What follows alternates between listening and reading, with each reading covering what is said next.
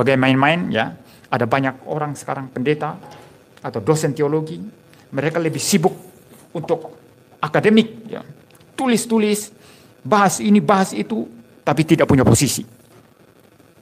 Apakah ajaran Kristen itu dipermain-mainkan? Ya.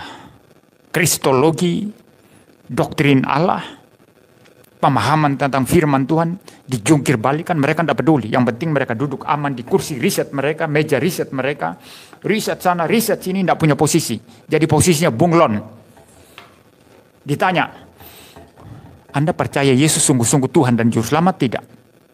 Dia lihat-lihat, kalau gerejanya Injili, seperti kita ini, apalagi reform, dia akan berkata, saya percaya. Nanti kalau diundang di gereja yang warnanya liberal, yang percaya bahwa keselamatan ada di mana-mana saja, tidak harus Yesus. Nanti dia akan bilang, kalau ditanya, Anda percaya Yesus satu-satunya Tuhan dan Juru Selamat? Ya tidak, tentulah Pak. Orang kan punya masing-masing iman. Orang kan masing-masing punya jalannya sendiri-sendiri. Nah, ini pendeta bunglon itu banyak. Nah, mereka bunglon karena memang otaknya sudah dicuci oleh akademik yang salah. Studi tinggi-tinggi ke Belanda, ke Amerika, kemana-mana, ke Australia, ke Inggris. Pulang jadi bunglon akademik begitu. Ya, saya tidak menghargai mereka karena saya pun akademik. Saya juga studi sangat-sangat tinggi. Ya, saya tidak menghargai orang semacam itu. Ya, saya sebelum berangkat ke Belanda dan setelah pulang, khotbah sama saja. Tidak ada perubahan apa-apa dalam posisi teologis saya. Maka buku dogmatika Kristen saya yang tebalnya 1042 halaman, ya, ketika saya tulis masih bergelar STH, S1. Belum studi ke Belanda. Posisi buku itu tetap sama, saya tidak ubah apa-apa ketika saya sudah pulang dari Belanda. Dan memang saya ada revisi, ada saya perbaiki catatan kaki dan lain sebagainya. Tapi posisi teologis tidak berubah sama sekali. Ya, apanya yang berkembang saya studi ke luar negeri, ya secara akademik, secara ilmiah. Ya, saya belajar itu, tapi posisi teologi tidak berubah. Nah, ada banyak orang sekarang dikira hebat sekali, ya. Mereka sangat bangga dengan akademik mereka.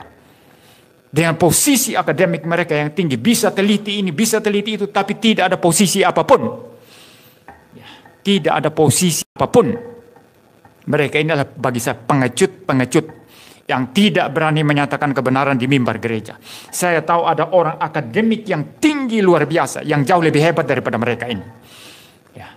Abraham Kuyper itu orang akademik sangat tinggi. Herman Bavinck itu pendeta-pendeta masa lalu, ya. Ya. Jonathan Edwards, ya. Cornelius Van Til, itu orang-orang akademik itu sudah sampai di batas tinggi sekali, tertinggi. Mereka adalah profesor-profesor di dalam bidang teologi dan apologetika.